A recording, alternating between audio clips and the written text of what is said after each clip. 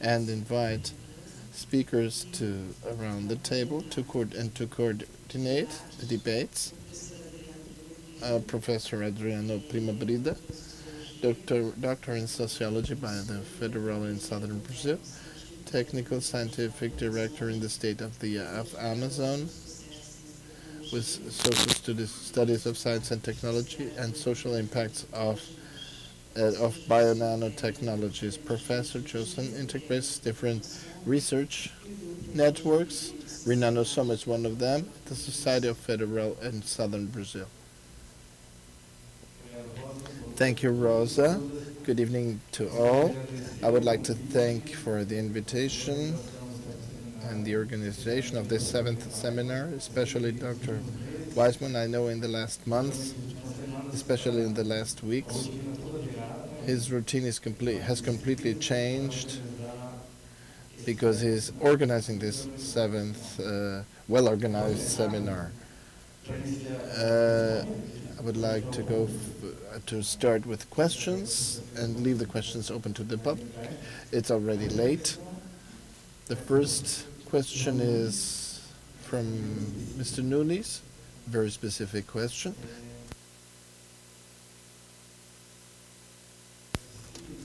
There are some health models. We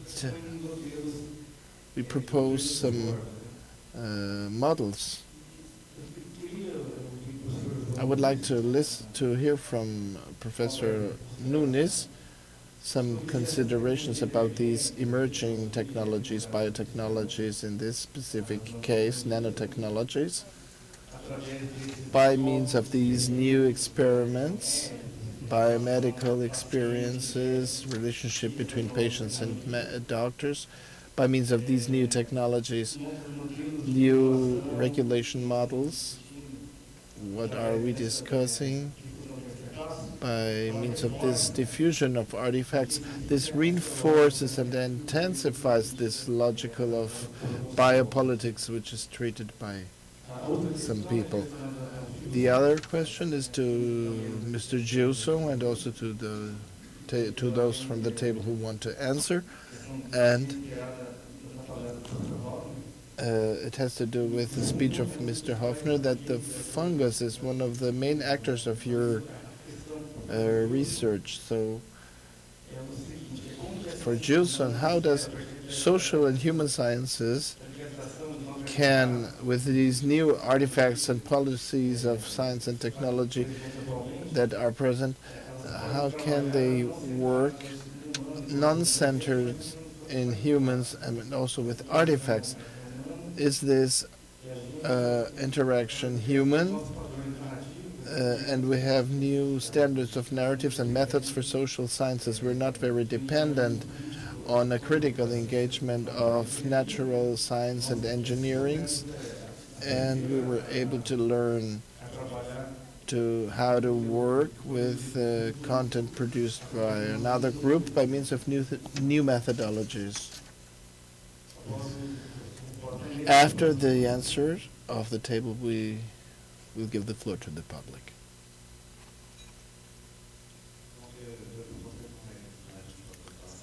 My question is not very easy. The easy part of my question is the following. I think there's a lot of work, a lot of research about transformations in medicine and bodies government, very inspired in Michel Foucault. And I would drive the attention to a process of D. Clark called it biomedicalization, which is a process that includes a transformation of tasks and of the body and of the creation of technologies that enable a manipulation of the body in a way that it is not possible with other technologies. Besides, these transformations are allied to the organization of medical professions and the set of activities linked to medicine and health. They're also linked to new relationships between medical professions and other kinds of professions that are arising. For instance, there's a set of new interventions based in genetics and later on in genomics, is a set of genetic counselors or consultants that sometimes have not tools inter uh, to interfere in the genetic constitution of people, but there are possibilities to transform people into what we call anticipated sick people or healthy sick people. They have certain biological features that are identifiable with procedures that already exist and that end up creating a new interdependence relationship with the medical system and with the professions and institutions linked to it. We have a whole set of economical health forms that are transformed by means of these processes, and we also have new subjectivity and power systems that are working like Foucault, like Ravenel and Rose. They show that there is this idea that subjectivity is going through the idea that we need to take care of our bodies and center education in our lives. These aspects of citizenship are important now. All this is known, and the question is, are these emerging technologies and what they promise and what they make, how is this going to change the picture? We don't know, but in the current situation, we can foresee that they will reinforce this process unless there is a large redefinition of the concepts of life, of sickness, illnesses, of health, of what's the distribution between different agents that can lead to important changes. There is one aspect which I think is very interesting and that is not discussed with these subjects, is something that disappears from the discussion, and it has disappeared in the discussion about genetics and genomics. The human body,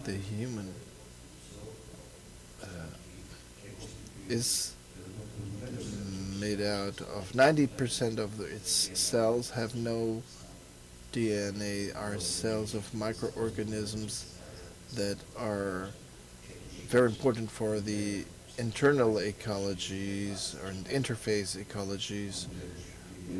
Without them we cannot live, and this raises large problems on all technologies oriented to interfere in the molecular scale and on the cells that have human DNA. What happens to the rest, and what is the effect of all that on this complex ecology related to everything that is a visible limitation of the body, which is the skin? I think this is an interesting question, and it would be worth to bring it to this discussion, and would also make us understand these technologies, its effects, its limits, and how they will be transforming this balance that is difficult to keep, and without them the integrity of the human body is not possible. This is a small part of the problem. We could continue this discussion later, but I think there is something that is uncertain and unforeseeable. What's this what are they doing in the fields of life sciences to redefine notions such as the body, the organism, and several sectors of the sciences that working for that. I cannot tell more than that.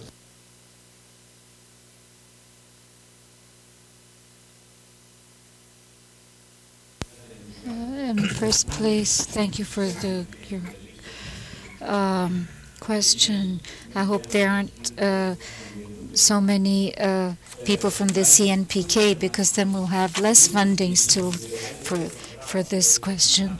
The central idea of what is the front border of what is human sciences and what not is human sciences is that we build this frontier to preserve the singularity of the human being, and to show that we can work with proprieties like iron, for example, the interaction and all the complexity of the open system, symbolic, etc., etc. So to say today that this frontier that we built during many years, it doesn't exist, that it has to be redesigned, this is very difficult, because all modern sciences were constituted by this division and created this dependency and this philosophy. 7 years ago,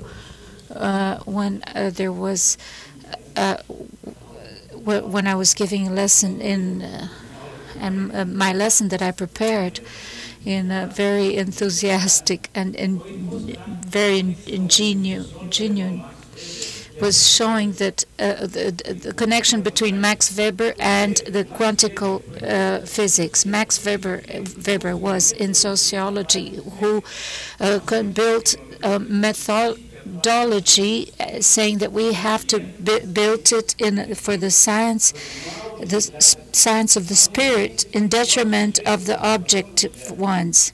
So then he built a series of procedures that that are instruments that are based on quantum physics. So Max Weber be feasible, he has to deny Max Weber and work with quantum physics. It's a paradox. So this is very difficult, because science is not only a science of knowledge, but also of power. We know that knowledge is power. Science is structured by subjects, and these subjects are reproduced in the centers of the universities. So when you start talking, if you're going to mess with this, then you're going to mess with interests. If all the social sciences and starts becoming physics, I, as a socialist, cannot make studies and study things that I'm not used to. I have to start knowing other things. I have to study and learn other things with other people, not only the classics. You go in a library of a big scientist, and you don't find anything of nano-physical quantum physics. But there's nothing more than you didn't find any other subjects. So this is another aspect. We criticize a lot the people from the dynamical area that they don't dialogue, but I think that what is important are the social scientists. They are much more. They are conservatory.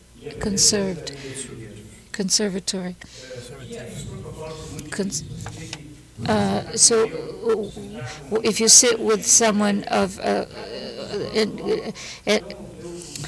electric engineering, each one of them has a protocol. Sometimes these people, they work with with as if it were a cone, and they lick the water. So they think, well, let's change this artifact and see with who can drink water with and who doesn't have a beak. So it's a problem of protocols. You have to create communication protocols. As when we learn how to talk, we will break the frontiers of non-communication, and things will improve for human beings. My first question is, I will ask everyone here. It is also to David. I want to ask, basically, if he sees any difference, conceptual difference between the old fights of the miners with silicos,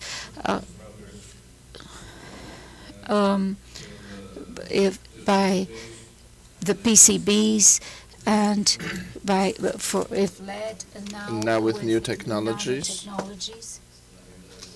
In reality, all these historic process, every time we have something new, if we see there is a substantial change in the kind of fights in the basic process. Let me ask the question to all regarding João.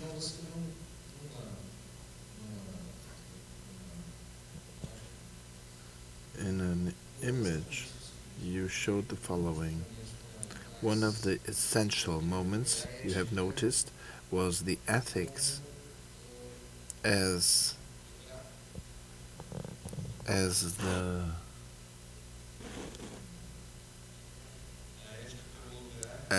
a place,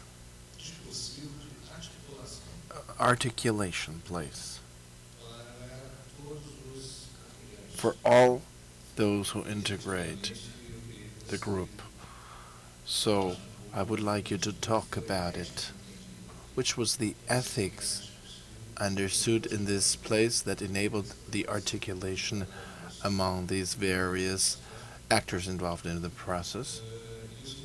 And the second moment, I would like to discuss how this people spoke a lot about the public involvement that is arising, that is ascending. I would like you to discuss this process because we're involved with something that you and Rosner mentioned, and it's unavoidable because nothing will come to the public before its existence. Things exist first, and then they come to the public. We cannot make propaganda, advertisement of something that does not exist. Maybe a furniture that we're going to sell. This we can do. Or for Disney, a new trip to Disney or something like that. But this all exists already. The model already exists. But the new process that is a novelty is a different thing.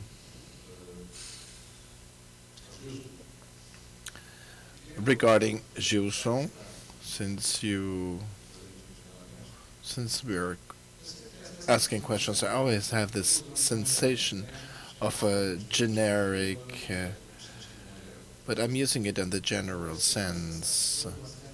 I always have a sensation of a xenophobia from us regarding our future. Maybe I'm very conservative, and maybe the pieces should stay like they are and where they are. But this has to change in a certain way. I don't know where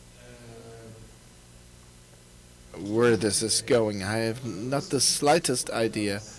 But if you give me an idea of symbios, and you say this is not a Darwinism because it's not natural, I stop understanding it, because for me it's like an adaptive, it's a neo-Darwinism that is adaptive.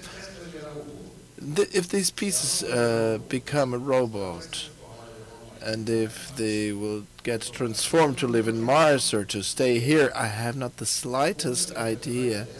I also don't have the slightest idea if they use new technologies, using new technologies make part of your adaptive process to do anything. Anything I say, this is a historic futurology exercise. It's a difference if we evaluate the biopower that imposes inequalities and differences. This is one thing. Another thing is trying to see a biological future for our own species. I have not the slightest idea about this latter one. You've been very patient, the audience extremely patient, so I'll try to be very, very quick a bit in my answer. Historians are very, very wary and very bad predictors of the future. As a matter of fact, the only thing we're good predictors of is the past. That's because we can look at it and see what happened. What seems very, very familiar to me in coming to the conference and learning an enormous amount about nanotechnology, because I was a babe in the woods before yesterday, is the fact that so many of the institutions seem to be building around similar themes.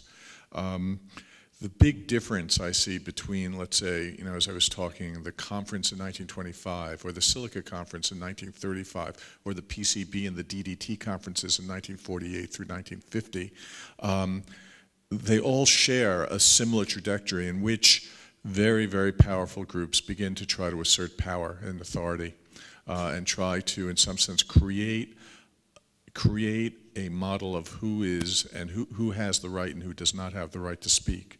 The difference, however, is that with nanotechnology, given the fact that it's such an abstraction and it is rooted in a promise that has not yet been fulfilled, I mean, the promise of heart, I heard yesterday, new heart structures, conquering cancer, important, biological changes that are so abstract and so removed from the reality of most people's lives that all they could do is hope that that future is real.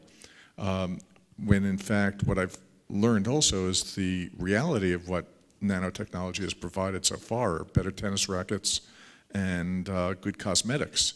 Now, the difference between what the reality right now of nanotechnology is and what the promise is a vast propaganda. Silicosis was not an abstraction. It was called miner's con, consumption.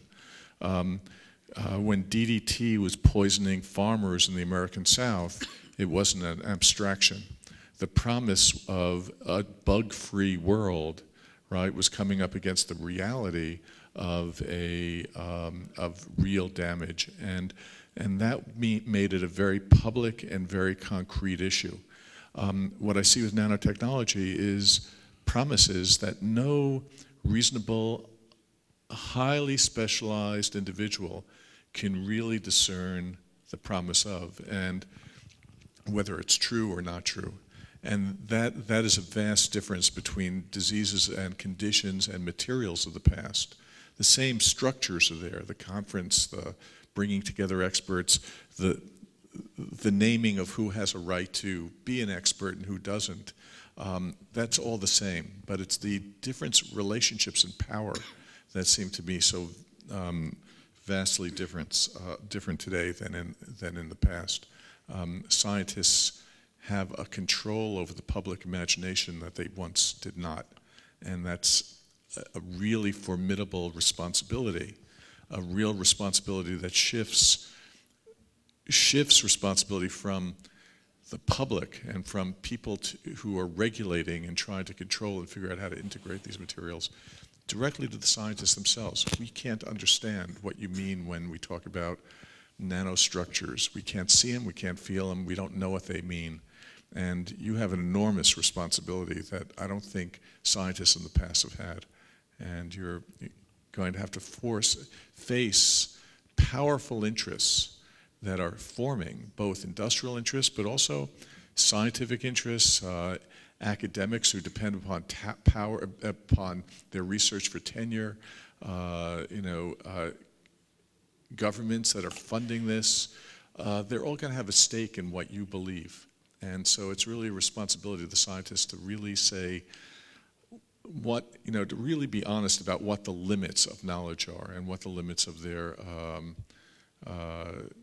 of what they can't promise us more than what the reality is. If you're going to promise us cures for cancer, how do we fight that? And how do we raise skeptical ideas about it? How can we say, well, that was the promise of the Genome Project. That was the promise, of huge investments in mapping the genome. The payoff so far for the common person has been relatively minimal. It's great for basic science, but what was sold to us is vastly different from what the reality is, has so far proven. So I'm not sure whether I'm answering your question, but looking at the past is very how do you say it? Is a very humbling experience when you think about what is happening around us today in a new technology where much of the same promises are being made as in the past, but without any powerful constituency that can in some sense control it.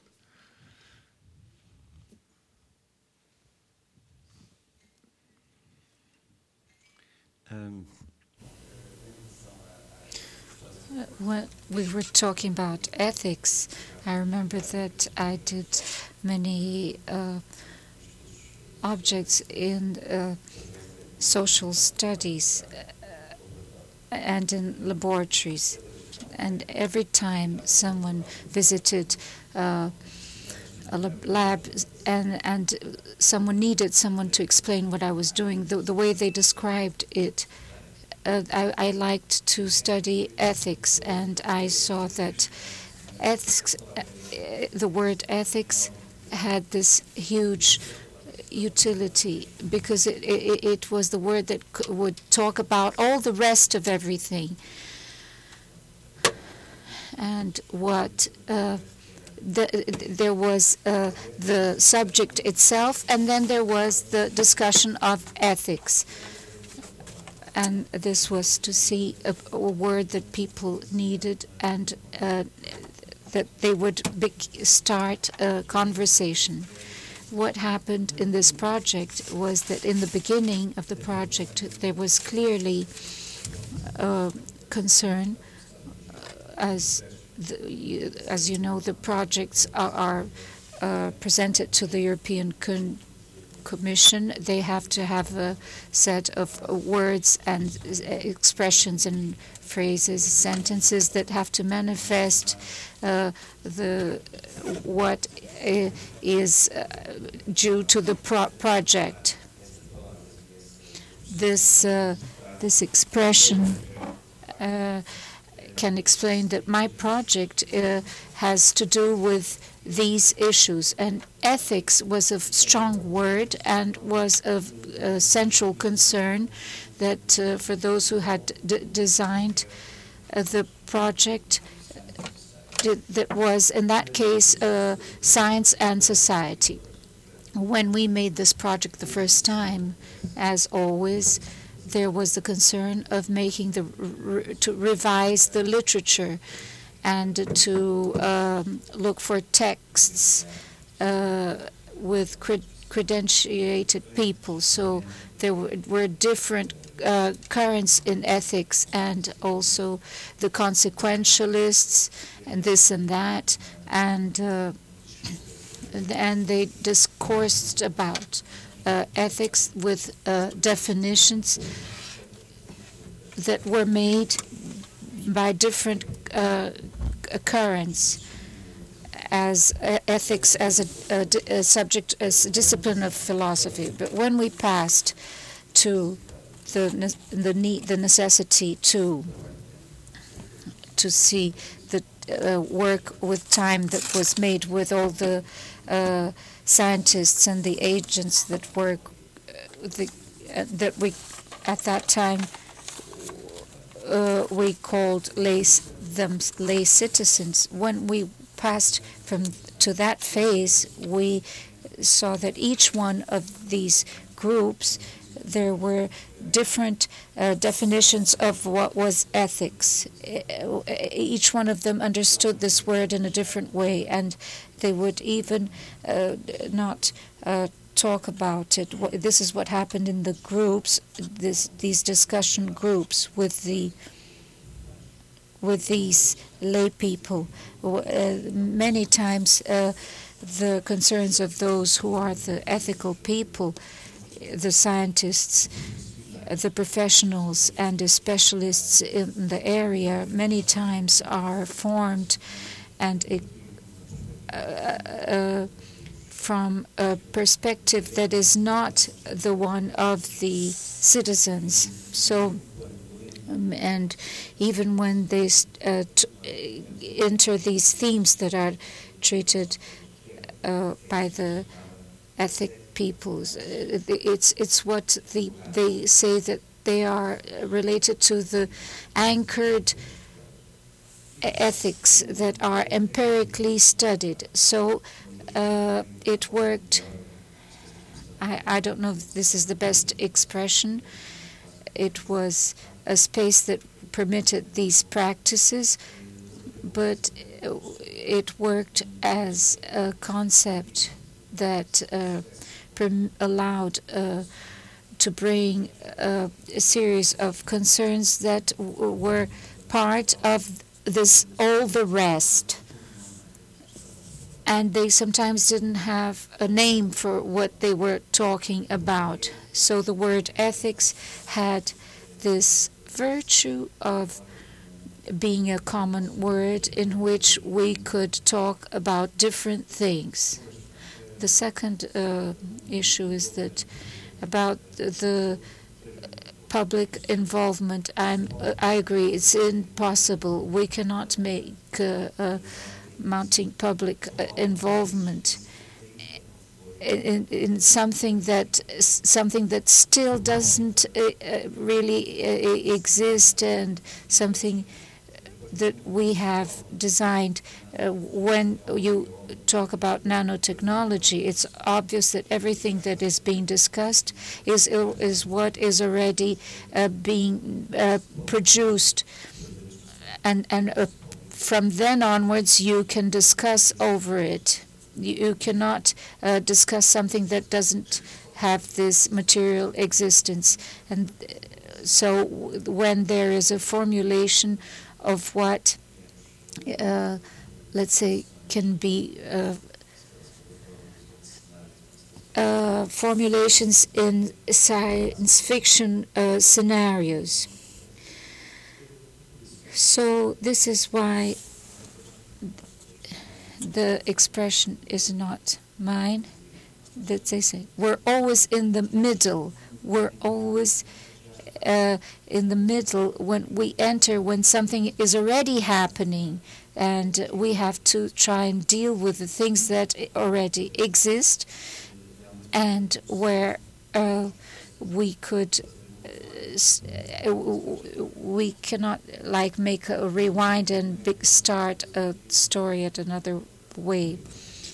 This is what John Dewey and others say. It's exactly what they say. We don't get into a world as if things appeared when we enter the world. We are being part of learning, and also to design and create our future of what exists now in the present, and in the function of what are all the resources that we had in the past. What is interesting, for example, is all the study that was seen around history. The people who participated of discussion groups, they always went back to history systematically, history that was built in certain types of episodes that, for example, with experiences with technologies, and those that experiences that happened before before medicine, to be able to build a history that was a reflection of what existed, but that was all based on the recuperation of precisely all what I called experience-based knowledge that permitted a transformation in contexts that were social contexts, this kind of bringing this other kind of experience that would make us think of things that were happening. And I think this is a kind of maybe another way of talking about history. But this is how we see story is being built or reinvented for the effect in that situation that are called to deal with these new concerns. So this is what would have been my answer.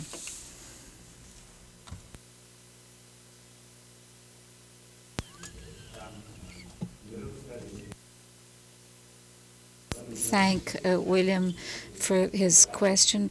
People are saying, how can the idea was to be provocative, exactly.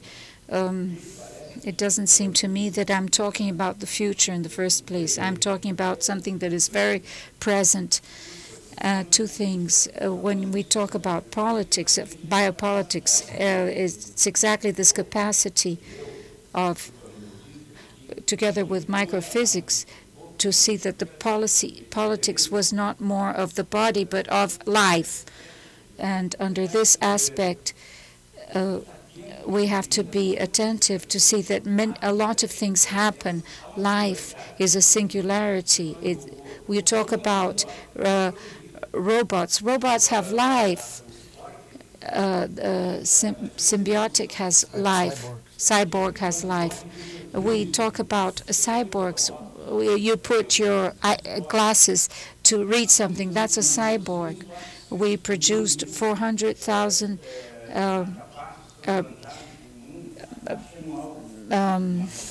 the heart bypasses, and they're not in a nanoscale. But what I want to say is that people live a rate of life. They have white hair in the scale that they have because they are cyborgs. They're not only human. Many die before others because they are less cyborgs than others. So they have less resources than others. So in the future, each time more, the access of knowledge will be about the body. The business of medicine is based on the same way in the rehabilitation of matter-body. The business of health is not life, but life has to become a business, because this system, all the approach of patenting will be, the access will be business, and each time more the interface of the biotic and the evolution of this organic and inorganic reality have to be integrated, or else it would be an android. And evolution, there is a basic difference in Darwin. You can even say that this is neo-Darwinism. But there are two premises of Darwin in which symbiogenesis does not agree. The resource of and nature happens through conflict. It's the more apt that survives. Symbiogenesis says that no, when you have cooperation between the living, is that you can carry on and go more ahead. So there is the logic of the 19th century of Marx in the dialectics, they opted in the linear dialect. And you know very well, you studied this, that what is important is in the process of evolution. Sometimes you have a species that inhabits the planet is maybe not the most important one. So the possibility of life being treated as a business. So they don't have a rate of, that is, you see this in a hospital, for example, people who are treated by the public health system, that is important, and people who are treated with other kinds of systems with much more resources. And that's the way it is. Thank you, Wilson. We have two questions, and then we'll finish. You and who else? Pedro, Health Ministry. We are seeing here that the knowledge increases every year, and sometimes we have the sensation of losing the control, and of seeing that we maybe don't have the control of the technological evolution. So the fear is not the change, but the acceleration of the change. I think that the evolutionary process, normal one, and no one contests it because it's part of our evolution. But the rate in which this is happening provokes this sensation of losing the control of the situation. There are philosophers who defend that we live in a risk society. It is not the society in which we would like to live in with safety. But science always does its research as a way to bring solutions. So my question would be more in the sense of, are we in a risk society, or are we going towards a society of solutions with all its technology? I would like to hear your opinion, and maybe to know where are we evolving, and what would represent the symbiotic society, and would it present a risk or solution? I could make this question to anyone at the table.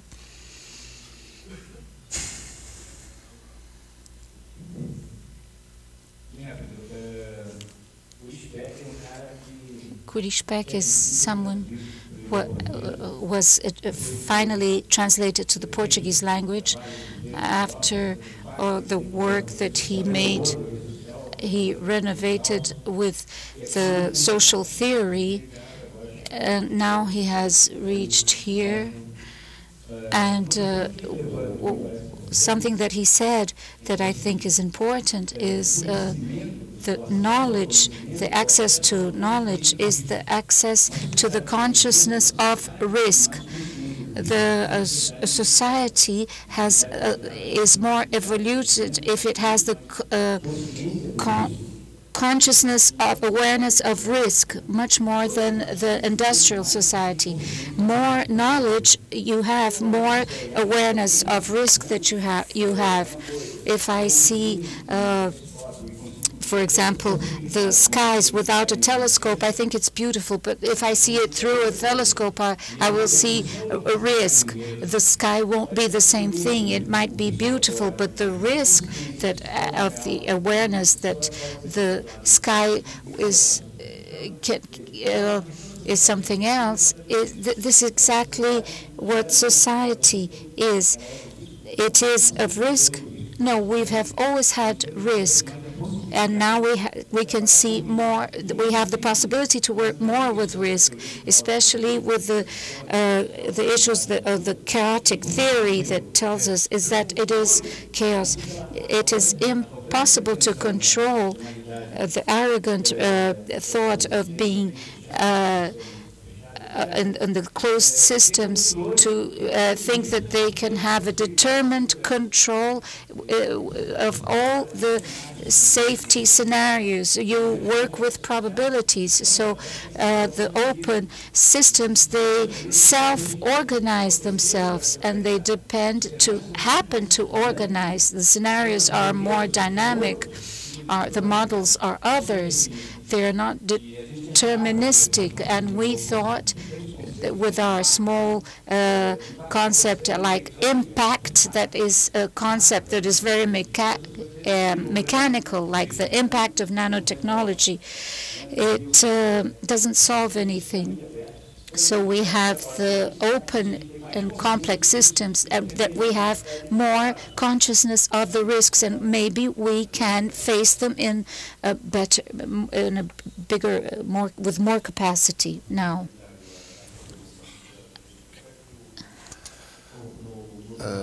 In the debate about the concept of Louis Peck's work, something that became clear is that the risk concept he uses the word risk. It's very ambiguous because it may mean on one side the domestication process of uncertainty. The uncertainty is transformed in this set of processes by means of which we are capable to determine the distribution of probabilities in occurrence of some adverse effects that enable us, with base on this, we're trying to minimize things, but often we have the sensation that he's using the word risk, that speaking of everything that suffers and escapes from our control. The notion of risk is excessively wide, or it has a very precise meaning. If there is a more restricted meaning in a certain way, the need of the risk society is understood as the calculation of risk to tame the uncertainty, the probability of adverse effects, with the objective of domesticating the uncertainty would be a way to produce solutions. At least to explain that the space of solutions is this one. To give you an idea what this can be, the effects of that, I remember that in many debates about environmental problems that were linked to environmental health in Europe, I remember I studied with some colleagues in Portugal and in Paris, and one of the interesting things that appeared often in these processes was the idea that the response to give a solution to the problem was to make a risk analysis, which is something that seems contradictory. Why do we do it for? The idea was exactly the opposite. We make a risk analysis, and from the results obtained, we will know which is the best and most feasible solution. It was against that they have created a concept that was very important in public policies in Europe, although it is applied in different areas, which was the counterposition and this risk approach with the precaution. And this was admitted also in countries of the European Union as a base for certain public interventions in uncertainty situations. And in using certain technologies and public policies. And it seems to me that the concept of risk is a concept we see that is used in so many different manners, and so it loses its specificity because of this PEC's work. On the first phase, he called it a society where the risks were manufactured, but nowadays the term and the political implications and cognitives of this term started to be used in a wider and diffuse and diverse way. And this is the reason why there's much constraint in many circles regarding the wide use without considering certain specific contexts of this notion.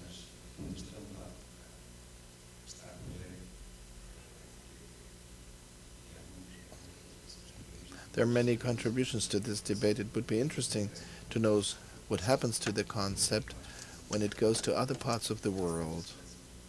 That would be interesting. Just a remark, there is a concept that Pex uses. He calls it the Brazilianization of society.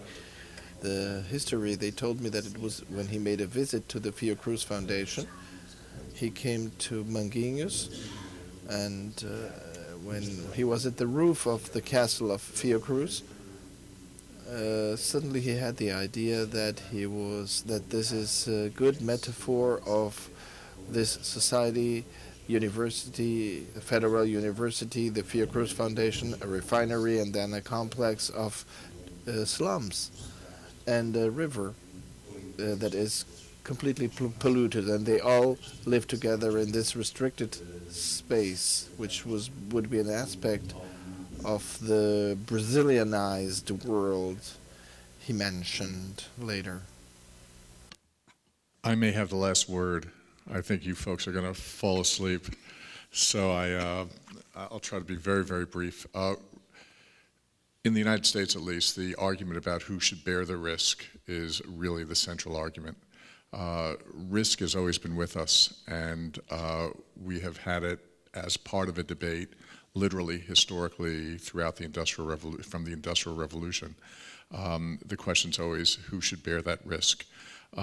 It reminds me just very briefly of a quote that was made at the Lead Conference in 1926 when General Motors was trying to justify the fact that they were going to introduce a known human toxin into the gasoline of cars that would now go off and spew their product universally throughout the streets of the country.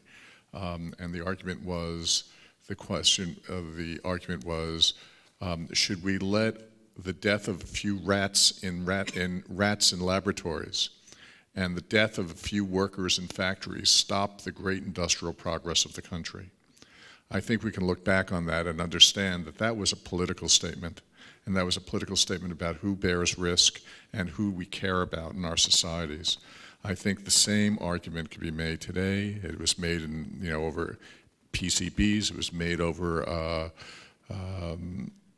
DDT. It was made with reference to all sorts of toxins. It's a constant refrain that the people who want the product in the society are the people who are not bearing the risks of that product. And that's really the conundrum. So I stop there and just hope. Thank you very much for persevering. Thank you.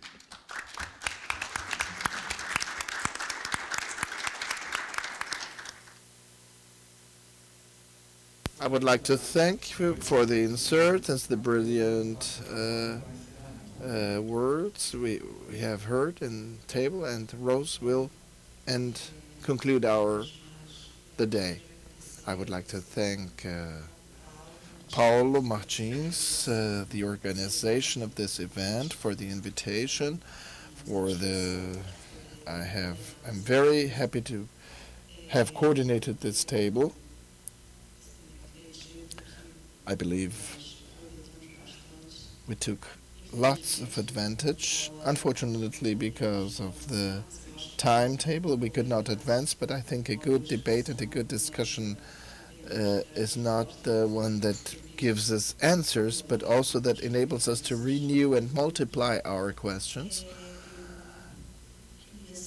I just would like to conclude with something that drove my attention at Professor John's speech. What is an ethical problem, and for whom? In reality, we have to ask ourselves what counts in the definition of ethical problems. I think the papers presented, the research presented here, they they intend to contribute that more people tell their stories in the formulation of issues about this, mention their solutions for ethical problems. So we were we had a magnificent afternoon, which was very productive, and I would like to thank you all for that.